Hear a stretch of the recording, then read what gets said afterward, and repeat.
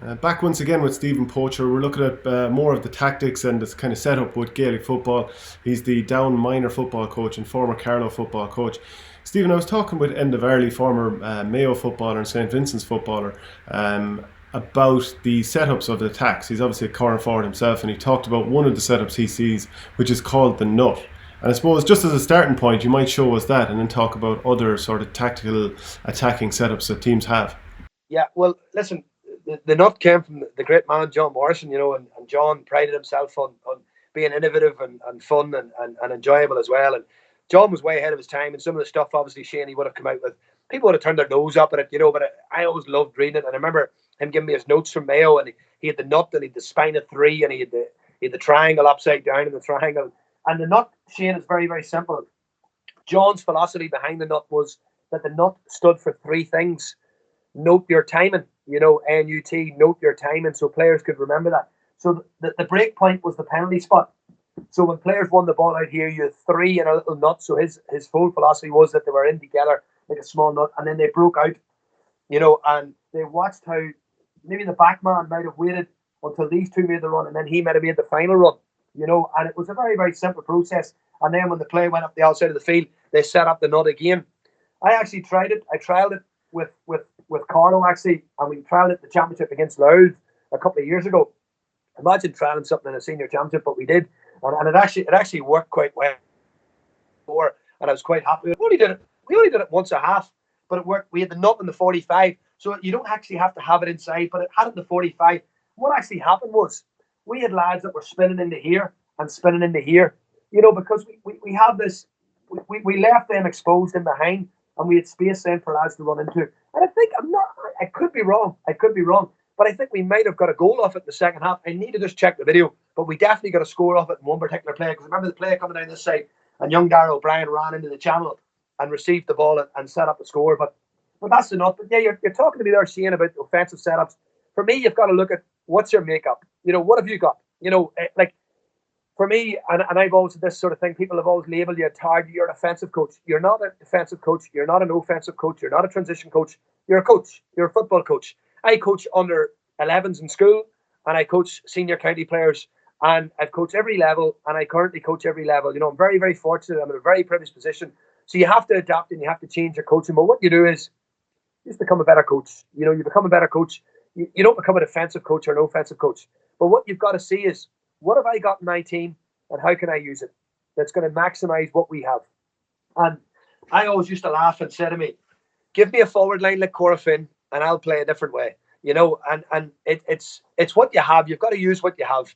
We weren't blessed with 5 or 6 scoring forwards at Carlow. With down minors, we've got some great forwards. So therefore, we're looking at how can we facilitate these forwards, but also looking at obviously how we can balance defense and attack. And I think it's a balancing thing. You're not trying to stifle the creativity or the expressive nature of forwards. You're going to let forwards play, but you're going to have small little patterns. So if we look at the modern game, let's be honest, 10 and 12 aren't scoring forwards in the modern game, okay? So what you find 10 and 12 doing in the modern game is being industrious. They're workers, so they work tirelessly hard up and down the field. And if they add scores, it's a bonus. The great Pete used to say, if your 6 scores give you 2 points a game, that's 12. Throw in your free taker, that's 16. And your midfielders pop in 1 each, 18, he says, you'll win every game. If only it was as simple as that, Pete. But it was a great philosophy they had. If you're a forward, he used to tell the kids in St. Coleman's and Murray, 2 points per game. That was your target, 2 points per game. But if you look now, what you're left with now, Shane, is normally 4 players up front. And if you even think of the best team in the country, and we refer to Dublin yet again, let's look at their 4. Rock, Kilkenny, Mannion, O'Callaghan, right? That's the 4. Brian Howard is going to be a worker. A Scully's going to be a worker. Whoever else, I maybe left someone out, but they're going to be workers, okay? And it's maybe one of the reasons, it might not be the main reason, but it's maybe one of the reasons why Connolly wasn't about when Jim Gavin was there.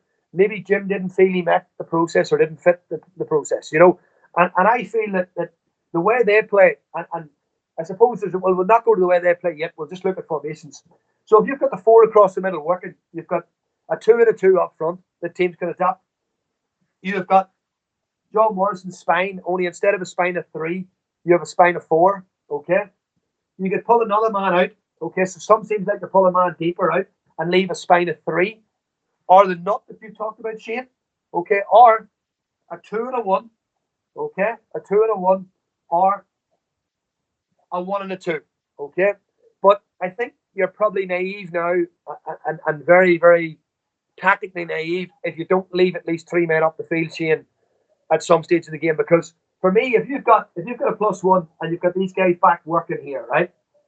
If you can't defend, with that and give yourself options coming out, because leaving 3 up, what that does is the opposition have to leave 3 back to mark them straight away. So, and they might not leave themselves exposed there, so they might leave another one back. So that actually gives you, a +1 back here. Do you understand what I'm saying? So, like, offensively, I think if you don't leave at least 3 up nowadays, I don't think you're going to get enough scores, Shane, Would there have been a few teams that have been guilty of that? For example, maybe Galway. Brilliant attacking quality, but maybe too defensive in the last couple of years. So have you seen that with teams where you're nearly pulling your hair out thinking you've got quality and you're not using it? I said for years about Donegal, like under Rory Gallagher in particular. Rory Gallagher's a brilliant coach, a fantastic coach, and there's no question about it. But I felt that they were nearly going far too defensive. They had McFadden, McBurdy, the McHughes, Michael Murphy. They could have had a full forward line of Pat McBurdy, Michael Murphy, Colin McFadden, the McHughes in the half forward line with the creativity and the little bit of guile. And imagine kicking direct ball into those 3 guys up front. So nobody would stop them, And I just think as well, I think the day of the big man could be coming back in. The big, target man at full 40. Think of the Twin Towers. I think it was 28. Donaghy and Walsh, and the long high diagonal ball, Armagh 03, or sorry, Armagh 01, I think it was 02, where you had Clark and McDonald and Morrison playing off them long diagonal balls from Cahill, or from Aidan O'Rourke and Andrew McCann and McGinney, long cross diagonal balls. That ball is underused now. It's underused a lot, Shane, because teams will set up defensively, right? But teams will still leave this area here quite exposed. So it's about being brave and taking that high risk of kick an odd ball. And I try to encourage the young lads in school, and particularly underage lads. I don't tell underage lads not to kick the ball. I think it's so wrong. We try and encourage them to kick the ball a bit more. But Mark Poland, actually, Mark's in with the Miners with myself as well. Mark's a great coach. And obviously, Mark would have played his career here at 11. And he's a great believer. And again, I would look at Dublin as well. He's a great believer in clearing the D.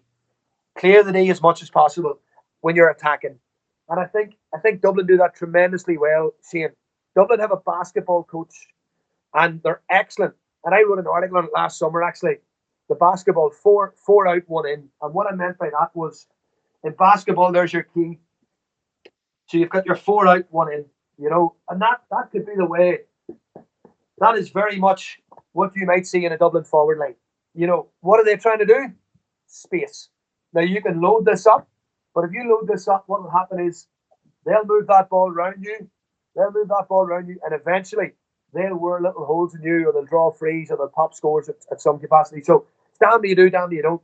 But against teams, and again, I'm not winding people up when I say this. I do feel that they changed their approach after the game they played against Carlow in 2017. And I'll tell you why, Shane. After going up against them in 2017 and giving them a right bellyful, like it was 8-5 at half time, it was 9-6 after 40 minutes, and we had our lads fully believing that they never had a single shot and goal the whole night. And we had our lads fully believing that we could rattle them. We could really give them a game. And I fully believe that night, Shane, they went away from that game and changed a little bit. Because Jim was annoyed. Even though they won the game by 10 points, whatever it was, they were still peeved off. They were expecting to put 5-22 past Carlow. They weren't expecting Carlow to be in the game with 20 minutes to go, And the thing about it is, and this is the key thing, we were so organised. We were playing games in training. And you're going to laugh at this. We brought in 4 or 5 lads in the minors and the under-21s, and we were playing 20 against 15. We were playing 19 men against 15. So we had our 15 that were going to play against Dublin, and we were playing 20 men against them in training. 4 extra men, 5 extra men. But we broke the game down. We broke the game down into channels. So I actually drew it out on a board and videoed it and showed the lads. So zone 1 and zone 2, or zone 1, and zone 5 on either sideline are dead zones. If Dublin are out there, let them have the ball. Zone 2, 3, and 4, that's how we work. That's how we work. We let them have it out here. But later that summer, without going offline, later that summer, I went to watch them then. I went to watch them quite a bit that summer because I was intrigued about how they would progress as the summer went on. And they did get better, a lot better. But one of the things I looked at was, and I call it to the young lads now, dust in your boots. The width that they had, they were nearly standing off the pitch, Shane. The width that they brought in after that Carlow game, they were nearly off the pitch. At one stage, I actually think one of them was standing off the pitch when they were attacking, and then they would make these real hard, aggressive runs in, real hard, aggressive runs. Or if he comes out and doesn't get the ball, what will he do? He'll not stay there. Where will he go? He'll clear out of there, and someone else might come in, and they're very, very good. They're very good at that, at clearing the D and screening. The other thing they're very good at seeing, and it's something that I noticed about it, was screening. So when Dublin are set up, okay, so they've got their cordon set up, they've got their stretch on, the opposition are packed in here. They'll just come out and use a basketball screen. So as they're laying the ball off, he'll just use his hip or his ass, screen the defender, pop it to the man who's coming in the loop. So say for example, he carries the ball in like this, okay? Say he carries the ball in like this. Mannion will come off the sideline on the loop, on his left foot, and he'll just use his body just that little bit to screen Mannion's man, give Mannion that half a yard, and he pops the point, And that comes, Shane, from serious coaching, a high level of coaching. When Man United won the treble in 1999, they were phenomenal at set pieces, and people don't realise that. Where did the 2 goals come from in the Champions League final in 1999 against Bayern Munich? Set pieces. In February that year, Alex Ferguson brought in Steve McLaren and a basketball coach. And the basketball coach worked on Manchester United's movement inside the 6-yard box and 18-yard box. How to screen defenders, how to block off runs, how to create space.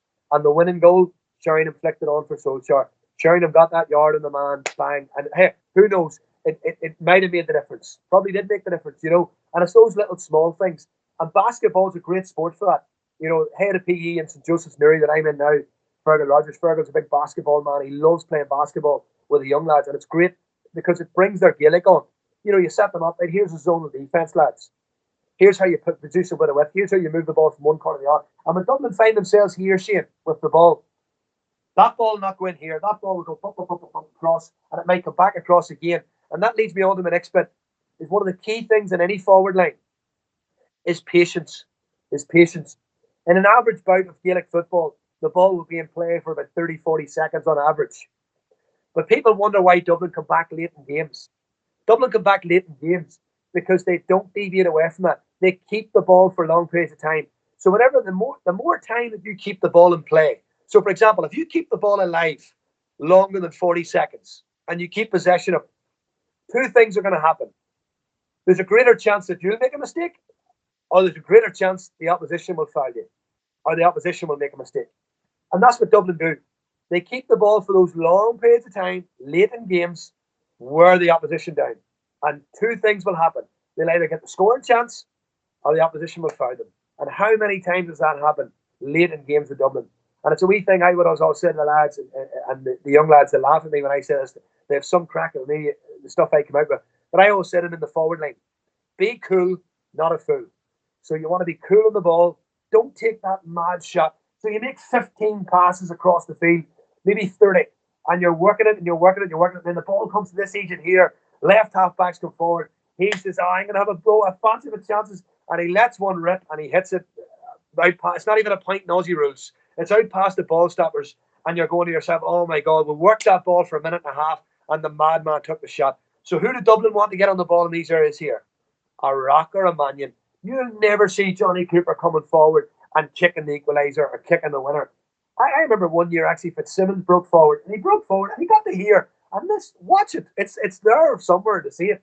He actually gets to here with nobody on him. He's my clubmate, so I was watching it going, oh my God, and he hand passed it off to Brogan. Hey, he was here and he waited on Brogan, is that right? He waited on Brogan to come in the loop, and I thought, look at that level of discipline.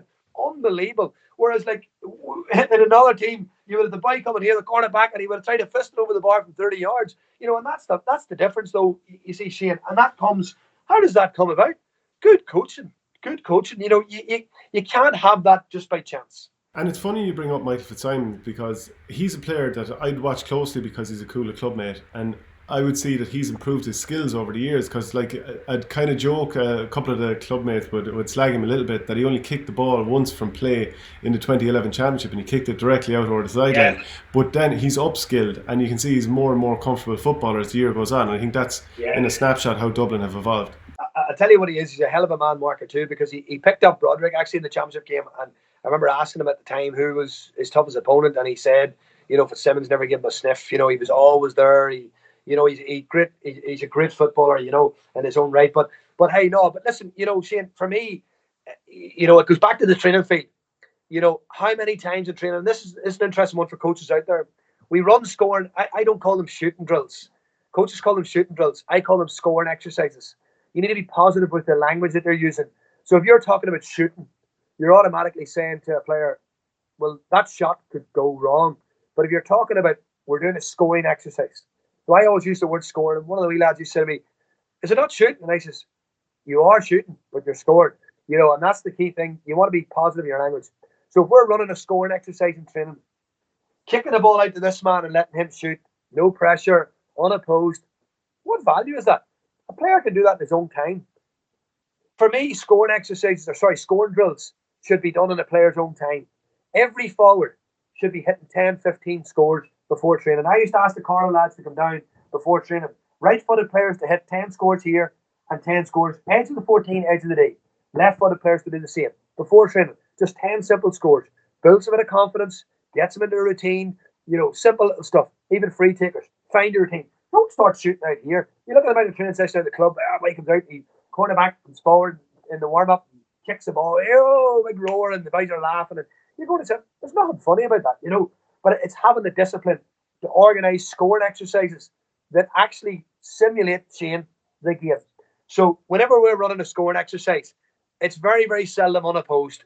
We'll always have a defender, or we'll always have maybe a decision to be made before the score goes, you know, because I think that's important. Because if you're just running a scoring exercise, unopposed, drill, yes, it might improve them a wee bit technically, but that can be done away from contact time. You know, your contact time with players is very limited. So you want to maximise what you're getting out of them. And what you want is to try and create situations that are bringing players out of their comfort zone without bringing them out of their depth. And that's the key thing. So the way you talk about Paul Mannion scoring those points where he kind of cuts back onto his left foot, there's a bit of a screen, and I'd see Dean Rock doing the exact same on the other side. Are there other teams doing that? And is it a very, very difficult thing to coach, because it looks so simple and almost predictable as it's happening? Yeah, listen, it's something we would have, like, I was blue in the face trying to get the likes of Dara Foley, who was a right-footed player, to start his run here and come in the loop, and the Broderick man to come in the loop on his left. And he loved coming on his right. He loved coming this, but that was just 32, 33 years of age. He loved on this side to get the ball and then turn back on the left. And it's very hard to get that out of a player. You know, when that's ingrained in a player's psyche and mindset, very, very difficult to get it out of a player. So, like, what you could run is you could run simple drills or simple exercises in training chain where you could have a player driving in, right? A man marking this man, and as soon as he hits there, he's gone.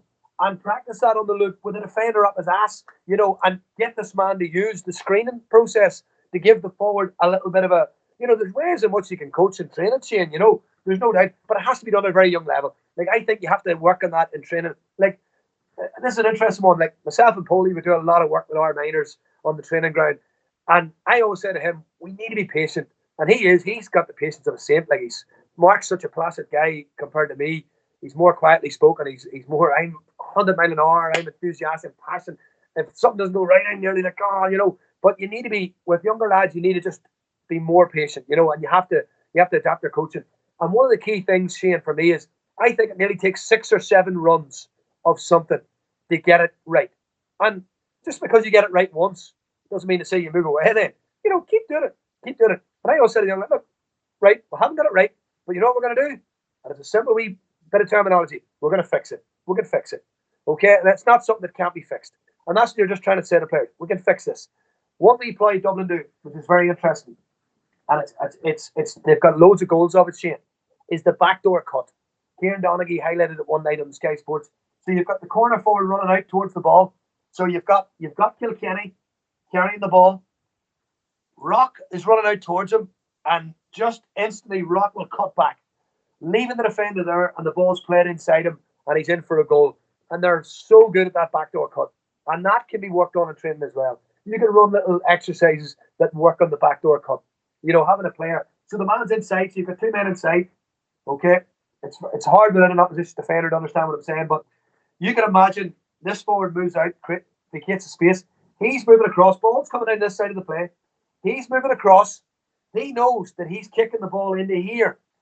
So the defender's following him, thinking he's getting the ball here, and he cuts back. And it's what it is, Shane.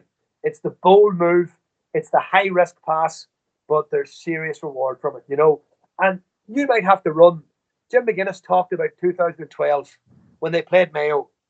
The 2 goals they got in the first 10 minutes against Mayo, which won them the game. The All-Ireland was over after 7 minutes. Despite the wee fight back that Mayo had, Donegal were never surrendering a 7-point lead. Not that team. Not a chance. But the 2 goals they got, one of them came from Carl Lacey, carrying the ball down the Cusick and playing a long diagonal ball to Murphy. 90 times they ran that in training that week. 90 times. In Jim McGuinness's book, 90 times they ran that play in training for that one moment. And that's the thing. Repetition, repetition, repetition. Chapter 7, the greatest manager of all time, Alex Ferguson. Secret success at Man United. Repetition, repetition, repetition. How many times did they score 8 winners? They weren't pumping balls into the box, Shane. They weren't pumping balls into the box. They were probing. Process. Keep knocking the ball about, stretching teams, probing. You didn't throw a big man on like a Fellaini and look for a flick on. It was, the goals were created, they were worked. You think of the goal against Manchester City, the great 4-3 game. Mark Hughes is the manager. The ball from Giggs, high risk pass into Owen's feet. He slipped it past Shea Given. That's because they were coached relentlessly into how to do that. And that's the key for us, is that repetition. Yeah, because one of the big things that people kind of expected was when Diarmuid Connolly dropped out of the team and maybe Niall Scully went in, and then Paul Flynn dropped out of the team, and maybe I could lazily say Brian Howard, and I know he's played different positions. They go in and you think, they can't replace a lad who won 4 All-Stars in a row, and Diarmuid Connolly, who's possibly the most naturally talented footballer we've ever seen. So how much of it is down to coaching, this 5 in a row? Would other teams be challenging for All-Irelands if they had that level of coaching? Would Dublin have probably slipped up along the way if they didn't have Jim Gavin leading a huge team that puts together these tactics and that coaching? I met Cooper at a Easter coaching camp. Johnny Cooper and Lindsay Davey. Lindsay, lovely girl. She was captain of our Dublin ladies actually for a while. But I met the 2 of them at a coaching day in Skerries. Was invited down by Mick Fanning over Easter a couple of years ago. And I remember saying to Cooper at the time, he says, people have this philosophy about us that we're training in a high scientific lab and great facilities. He says, not really. Our facilities are quite primitive. He says, but the difference in Dublin is if you're not doing it, someone's in to replace you just as equally as good. And this is the key thing. And I remember a story coming out of the camp last year. They didn't go well in the National League. And I heard this story from a very reliable source. I'll not give the source because he'd kill me if I give it. But they had lost their first 2 games in the National League. And Jim Gavin cut the panel from, say, 32 to like 24 because he just felt the quality wasn't from 24 to 32. I used to laugh. I said, can he send 5 of them down the road to Carlow? But the thing of it is they have that much quality, Shane, that much strength and depth. Like you think of Bernard Brogan, and you look at the likes of Rock, Kilkenny, Mannion and Conan, you're thinking, how can he drop Brogan? And Bernard was coming to the end. Them boys knew their time was up. Deep down they probably knew it. Owen O'Gara was floating about for a while, and he probably this is the thing. For me, Mannion, and I got a bit of criticism about this last year at the start of the championship. Mannion was sensational last year. He was fantastic. But up until that, I had my doubts about him. And Jesus, I'm not questioning how good a footballer he is. Of course he is. He's a phenomenal footballer. But at that level, I thought Dublin's forward line had got weaker on paper. But obviously it hadn't, because they still produced the goods. But I think it's just the level of discipline they bring to the game, Shane. And I suppose it leads me on to the last thing that I'm going to talk to you about, game management. Oh my God. Their game management is on a different planet. It's on a different planet. And we'll talk about that in the next one. Cheers, Stephen. Not a problem.